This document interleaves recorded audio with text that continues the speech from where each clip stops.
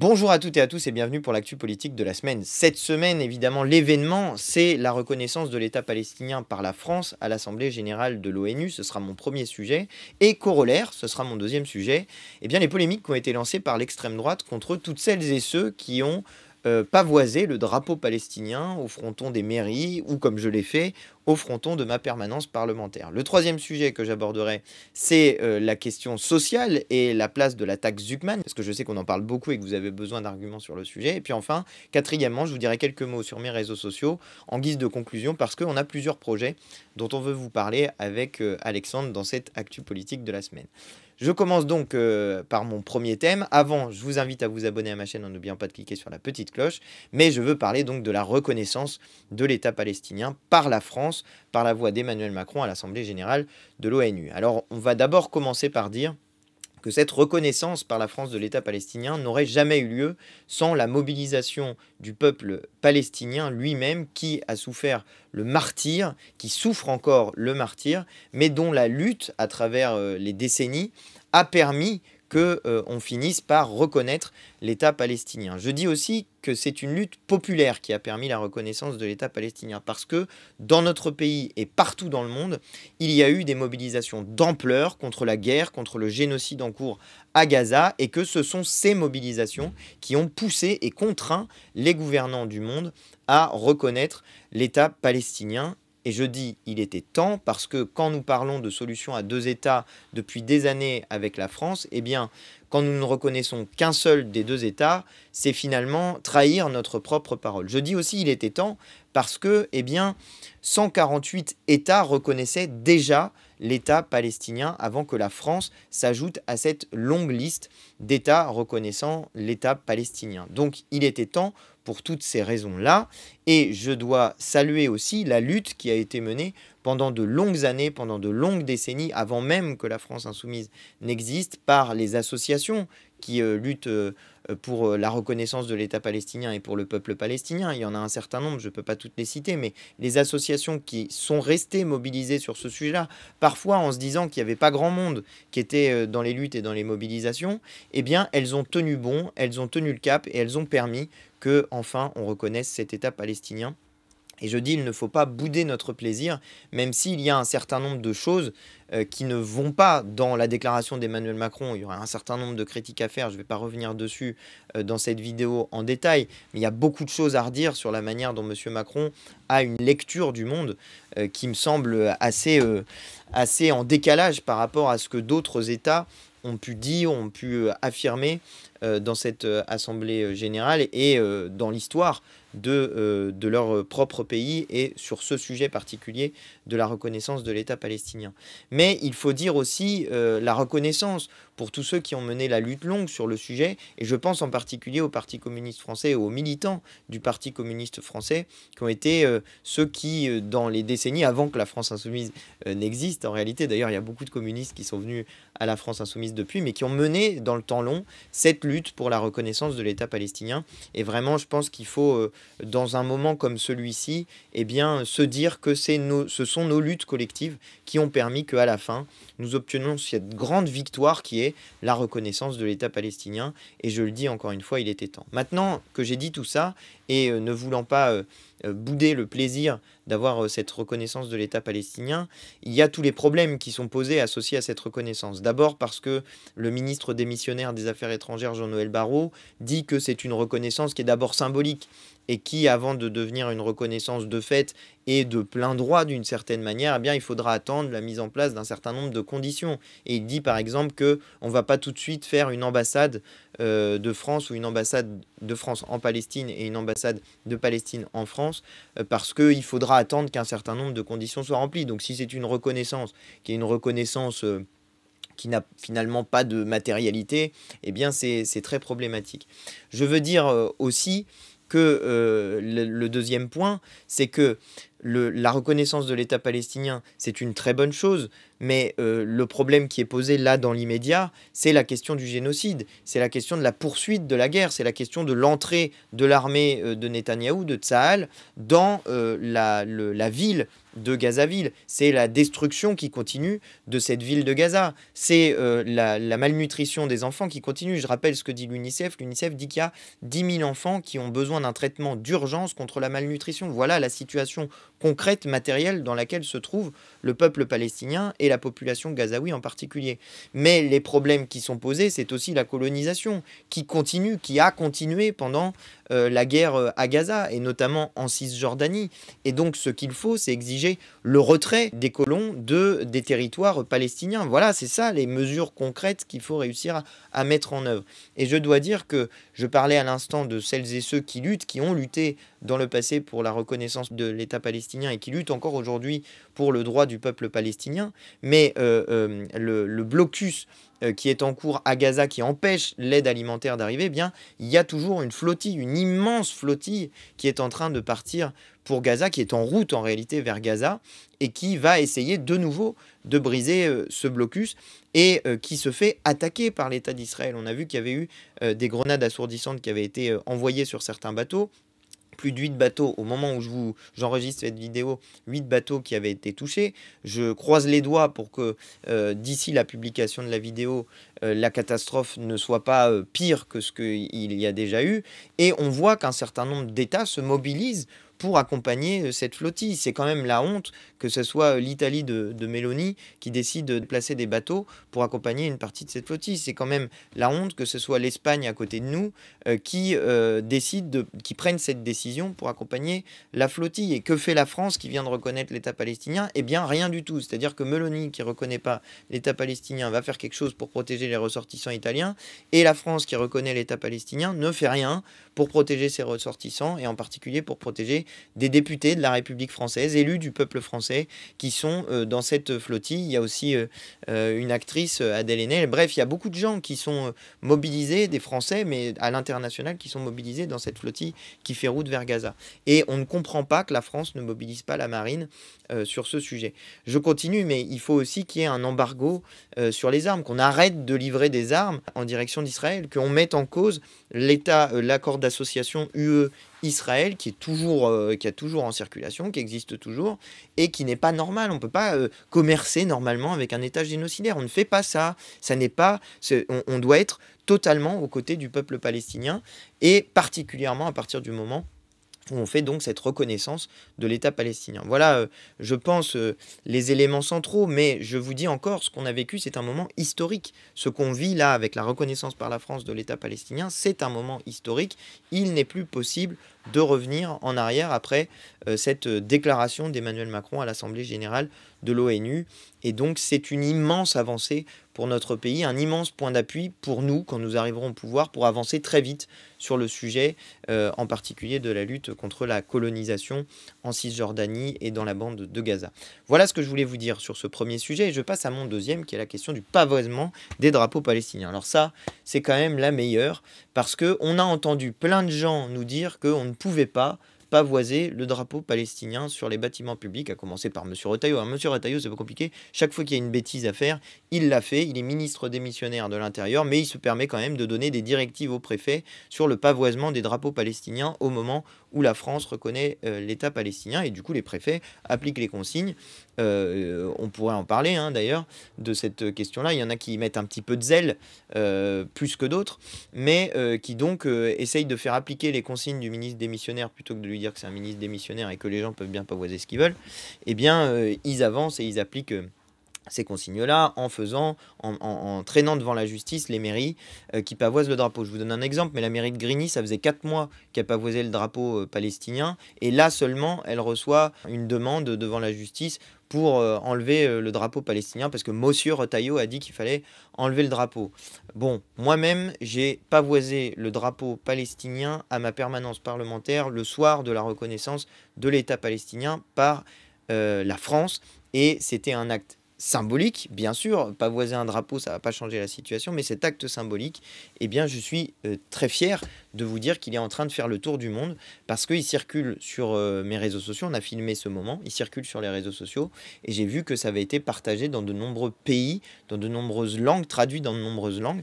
Et je suis très fier de participer à faire en sorte que, eh bien, on redore l'image de notre pays, la France, à l'international sur ce sujet spécifique de la lutte du peuple palestinien. Donc, pour moi, mettre le drapeau palestinien sur un bâtiment public, je l'ai fait en écharpe tricolore, eh bien, c'est un symbole, un signal qui est envoyé au monde en disant oui, la France reconnaît l'État palestinien et donc les Français sont solidaires de la lutte du peuple palestinien.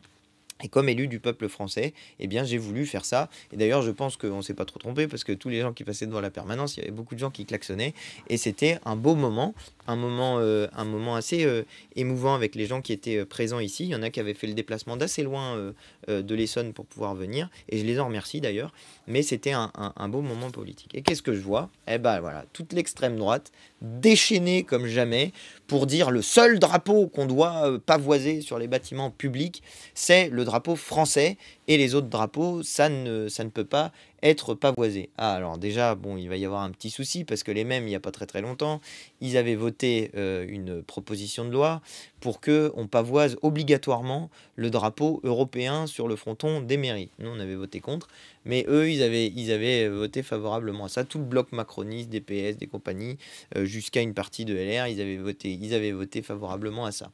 Donc, le drapeau européen, c'est pas un sujet, mais le drapeau palestinien, c'est un sujet. Attendez, c'est pas fini.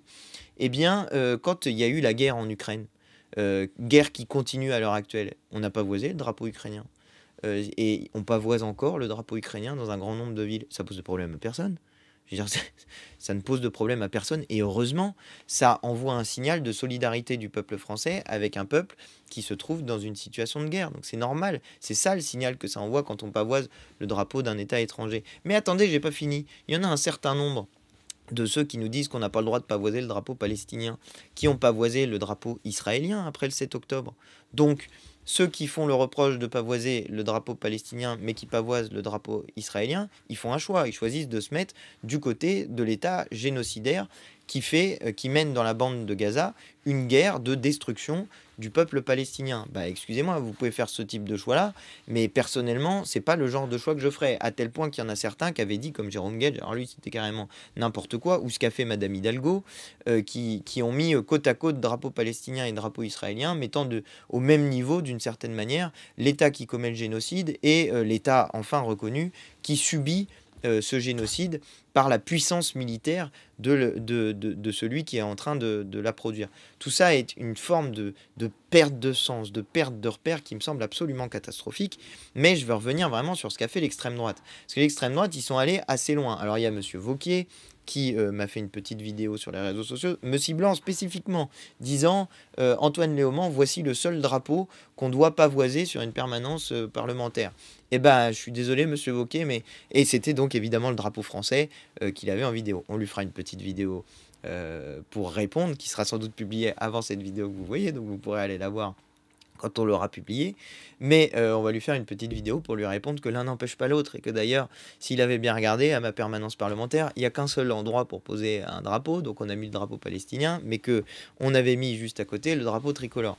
Donc je vais bien m'amuser à lui faire une réponse, et c'est une partie de la réponse que je suis en train de faire ici, mais vous allez voir ça dans un instant. Et puis j'ai vu aussi un deuxième personnage qui est donc Alexandre Allégret-Pillot, député UDR du parti d'Éric Ciotti, allié à Madame Le Pen, qui lui a rien trouvé de mieux à faire qu'aller enlever le drapeau palestinien qui avait été pavoisé aux côtés du drapeau français et du drapeau européen dans la petite ville de Sandras qui compte 1600 habitants. Donc les mecs qui prétendent défendre les petites villes, la ruralité et compagnie, lui, eh ben, il a rien trouvé de mieux à faire qu'aller embêter un maire qui avait eu l'honneur, et d'ailleurs je le dis, honneur à ce maire, d'avoir pavoisé le drapeau palestinien au fronton de sa mairie. Il a fait ça de nuit, parce que sans doute qu'il pétochait que si jamais il y allait de jour, il y aurait des gens qui lui auraient dit « Mais vous faites quoi là? Et vous êtes qui d'abord ?» Et qui doivent dire bah, « Je suis député UDR et j'enlève le drapeau palestinien. » Et que les gens lui disent « Oh non, non, non, non, vous allez laisser le drapeau palestinien parce que nous, on est des citoyens de la République française et on veut que le drapeau palestinien il soit à côté du drapeau français. »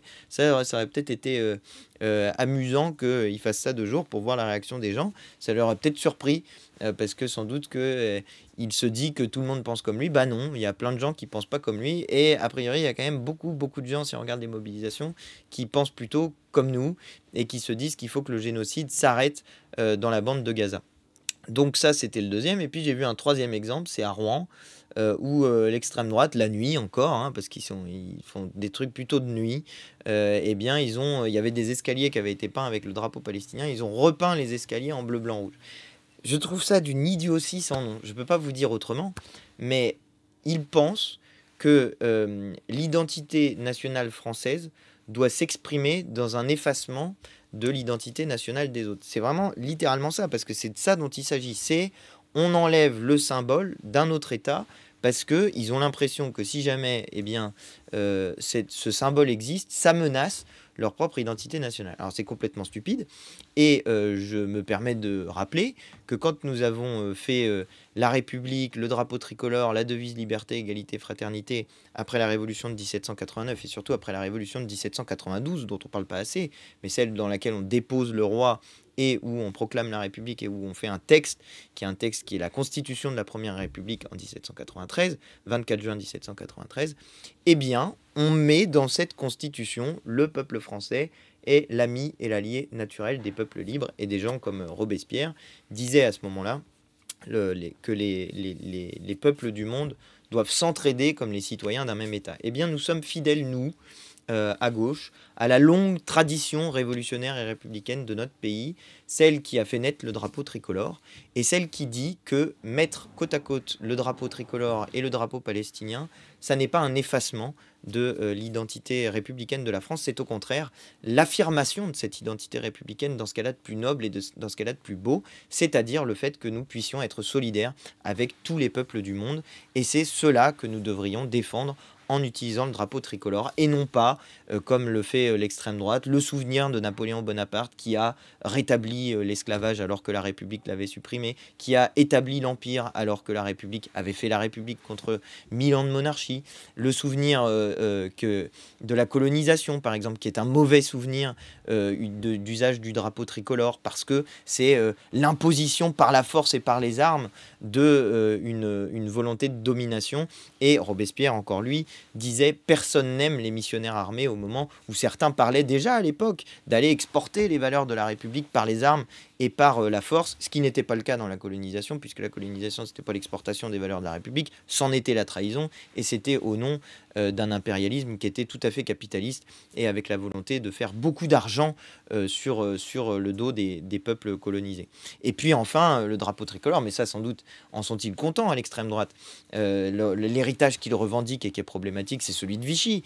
Quand j'entends des gens comme Éric Zemmour dire que le maréchal Pétain était une bonne personne et qu'il essaye de réhabiliter le souvenir du maréchal Pétain, je me dis c'est très inquiétant la pente dans laquelle est partie l'extrême droite, enfin dans laquelle est partie, elle en a toujours été, puisque c'est de là qu'ils viennent, l'extrême droite. Le RN par exemple a été fondé par des Waffen-SS et des collabos, donc finalement ils sont en train de revenir aux sources dans le moment dans lequel ils sont.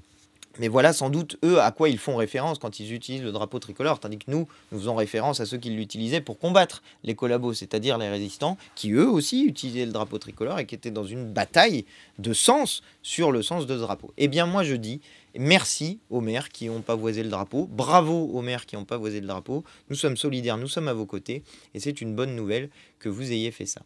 Je passe à mon troisième thème, qui est la question des mobilisations sociales. Alors vous avez vu, les mobilisations sociales sont nombreuses, elles ont bien démarré l'année, j'en ai parlé dans les vidéos précédentes. Il y a l'appel du jeudi 2 octobre, auquel moi je vous appelle à participer massivement, hein, c'est un appel de l'intersyndicale, donc là il va falloir être très présent et présente dans la rue. Et je veux signaler un point, c'est qu'il se passe quelque chose d'un peu particulier en ce moment. Il y a des mobilisations sociales autour de la question du budget. Alors ça c'est assez inédit, si vous réfléchissez bien. C'est assez rare qu'en fait il y ait des mobilisations sociales qui soient centrées, vraiment ciblées sur la question du budget et qui visent à mettre pression sur les gouvernants pour prendre un certain nombre de mesures. Et dans les mobilisations sociales en cours, une des principales, c'est la taxe Zuckman. Alors je vais m'arrêter un petit instant sur cette taxe Zuckman, parce que je sais qu'on en parle beaucoup, et c'est pas toujours très très clair de quoi il s'agit. En fait, c'est assez simple. C'est une taxe qui vise à faire en sorte que vous payiez au moins 2% d'impôt rapporté à votre patrimoine. Ça ne veut pas dire une taxe de 2% sur le patrimoine, contrairement à ce que disent un certain nombre de personnes. Ça veut dire qu'on va, pour les gens qui ont un patrimoine supérieur à 100 millions d'euros, je vous dis tout de suite combien de personnes ça concerne. Ça concerne 4000 personnes et ça concerne 1800 foyers fiscaux. Donc ça va, c'est pas grand monde, tu vois. Des gens qui ont plus de 100 millions d'euros de patrimoine, c'est pas grand monde. Mais dis donc, ils pleurent des grosses larmes parce que ça fait des cascades dans les médias. Leurs larmes coulent et ensuite elles tombent sur les médias. Et sur les médias, fouf, ça fait des cascades de larmes. C'est amplifié par la sphère médiatique, les larmes de ces 1800 foyers fiscaux. Donc ceux qui ont un patrimoine supérieur à 100 millions d'euros, on veille au fait qu'ils payent au moins 2% d'impôts rapportés à leur patrimoine parce que c'est ce que payent les autres, en fait. C'est une forme d'égalité. Et oui, sachez-le, les ultra-riches payent moins au regard de leur patrimoine. Forcément, ils ont un très très gros patrimoine. Ils payent moins d'impôts que les autres au regard de leur patrimoine. Donc la taxe Zuckman, c'est juste un complément. C'est-à-dire, si vous payez déjà 1,5% en impôt sur le revenu en taxes diverses, si vous payez déjà 1,5% d'impôts rapportés à votre patrimoine, la taxe ne sera que de 0,5. D'accord ? C'est un complément pour aller jusqu'à 2%. Et ça, il n'y a pas beaucoup de gens qui l'ont compris, donc je me permets de le dire. Mais surtout, à quoi ça sert ? Ça sert à imposer la part de la richesse des ultra-riches qui est sortie de leur richesse personnelle pour être placée dans des holdings, mais qui reste une richesse personnelle en réalité, c'est-à-dire un jeu comptable pourri d'ultra-riches que vous ne pouvez pas faire. Vous ne pouvez pas décider de placer je ne sais pas quoi de votre patrimoine en holding. Vous ne faites pas ça. Vous êtes des gens normaux. Et bien, eux, non. Ils font des trucs comme ça. Et donc, ça leur permet d'exporter une partie de leur patrimoine dans des structures qui ne vont pas être imposées parce que c'est de la richesse en action et qu'on considère que ce sont donc des actifs professionnels. Et c'est pour ça qu'ils ne sont pas imposés de la même manière. Or, c'est bien de la propriété de l'entreprise. Eh bien, cette taxe Zuckman, elle est indispensable parce qu'elle rapporte 15 à 20 milliards d'euros en étant ciblée sur une petite partie de la population qui n'y perdra pas grand-chose. Et je bats tout de suite en brèche les arguments qu'on nous oppose. Non, ça ne provoque pas de l'évasion fiscale. Il y a d'ailleurs un rapport qui a été publié récemment qui montrait que l'évasion fiscale est très limitée, même quand on impose les plus riches. Et deux, non, ça ne va pas imposer les gentils petits propriétaires d'entreprises qui ont sué sang et eau pour que leur entreprise fasse des bénéfices, parce qu'il y a des systèmes qui sont prévus justement pour qu'ils puissent payer cette partie de l'impôt en actions et que donc ils ne soient pas obligés de vendre leur capital à l'étranger, mais qu'ils puissent soit filer des parts à l'État. C'est quand même pas mal que l'État vienne sécuriser des titres pour faire en sorte que ça entre dans le giron de la souveraineté de notre peuple. Donc, s'ils ne peuvent pas payer parce qu'ils n'ont pas les liquidités qui correspondent à leur patrimoine, eh bien, on peut penser à un système dans lequel ces actions sont mises de côté par l'État, ou ensuite elles peuvent être rachetées quand ils font davantage de bénéfices et s'ils veulent récupérer le contrôle de leur entreprise, mais où du coup l'État s'est rémunéré sur cette partie-là du capital qui était mis en action. Je passe très très vite sur ça, mais cette taxe Zuckman, on nous en dit pique-pendre dans les médias, alors qu'en réalité, si vous regardez bien, c'est une taxe qui est rationnelle, qui est logique, qui a d'ailleurs déjà été votée par l'Assemblée nationale. Le budget de 2024, donc pour l'année 2025, c'est la seule fois où j'ai voté pour la partie recette d'un budget parce qu'on l'avait tellement amendé qu'on avait fait passer notamment la taxe Zuckman. On avait quand même ramassé 60 milliards d'euros en faisant juste contribuer davantage les plus riches, et ça a été battu par 49.3 et nous avions déposé une motion de censure et nous avions fait tomber Michel Barnier au final, pas sur cette motion de censure là, mais sur la suite des motions de censure qui étaient arrivées après, mais raison pour laquelle eh bien je pense que monsieur Lecornu ne va pas faire long feu. Je fais très très vite parce que je dois finir la vidéo et qu'il doit y avoir Mathis qui m'attend derrière la porte parce que nous avons un rendez-vous à 12h45 et qu'il est 12h47, donc je termine très rapidement ce que je voulais vous dire sur les réseaux sociaux. Petit 1, je vous informe du fait que nous relançons mon compte Snapchat. Alors peut-être que certains découvrent que j'ai un compte Snapchat, mais on a une stratégie de développement de ce réseau social avec mon équipe. Donc si vous n'êtes pas abonné mais que vous avez Snapchat, je vous invite à vous abonner à mon compte Snapchat où je publierai du contenu qui est du contenu de un peu des coulisses de l'Assemblée, de ce qui se passe dans mon travail au quotidien. Ça c'est le petit 1 que je voulais vous dire. Et le petit 2, c'est que je suis très heureux de ce qui se passe en ce moment sur Twitch, sur ma chaîne Twitch, parce que vous êtes de plus en plus nombreux à la suivre. Pareil, si vous ne la suivez pas, je vous invite à vous abonner à ma chaîne. On fait des lives tous les mercredis à 18 h. Je m'y tiens, je ne varie pas. Je préviens quand je ne les fais pas ou j'essaye de les décaler sur un autre jour, mais vraiment, on s'y tient. Donc pareil, je vous invite à vous abonner à ma chaîne Twitch. C'est un outil pour moi pour avoir des relations un peu plus directes avec vous, pour échanger, pour répondre à vos questions que vous mettez dans le chat. Et c'est indispensable pour moi en particulier parce que c'est un outil de lutte contre les idées de l'extrême droite. Il y a beaucoup de gens qui ne sont pas de notre avis politique qui viennent sur cette chaîne Twitch, de droite, d'extrême droite, abstentionnistes ou de gauche un peu moins convaincus, on va dire, que celle que j'essaye de porter. Et sur cette chaîne Twitch, je réponds régulièrement à toutes les questions. Donc ça vous donne beaucoup d'arguments et c'est un choix. Je décide de diffuser essentiellement sur cette chaîne Twitch parce que je souhaite essayer aussi de faire progresser ce réseau social. On approche des 30 000 followers. Donc si vous pouvez vous abonner, et ben pareil. Je vous en dirai peut-être un petit peu plus long sur d'autres projets dont je voulais vous parler, mais là, je suis pris par le temps. Il y a notamment un projet qu'on veut faire sur cette chaîne YouTube autour de la lutte contre les idées d'extrême droite, justement. Mais je vous en parlerai peut-être une autre fois parce que j'ai grillé mon temps et il faut que je finisse la vidéo. Sinon, je vais me faire incendier par Mathis. Allez, j'en termine. Je vous invite à vous abonner à ma chaîne. N'oubliez pas de cliquer sur la petite cloche pour recevoir des notifications. Je ne suis pas capable de vous le dire plus vite. Et je vous dis à la semaine prochaine pour l'actu politique de la semaine. Merci à vous d'avoir regardé cette vidéo. N'oubliez pas de me dire en commentaire ce que vous en avez pensé. Et à la semaine prochaine.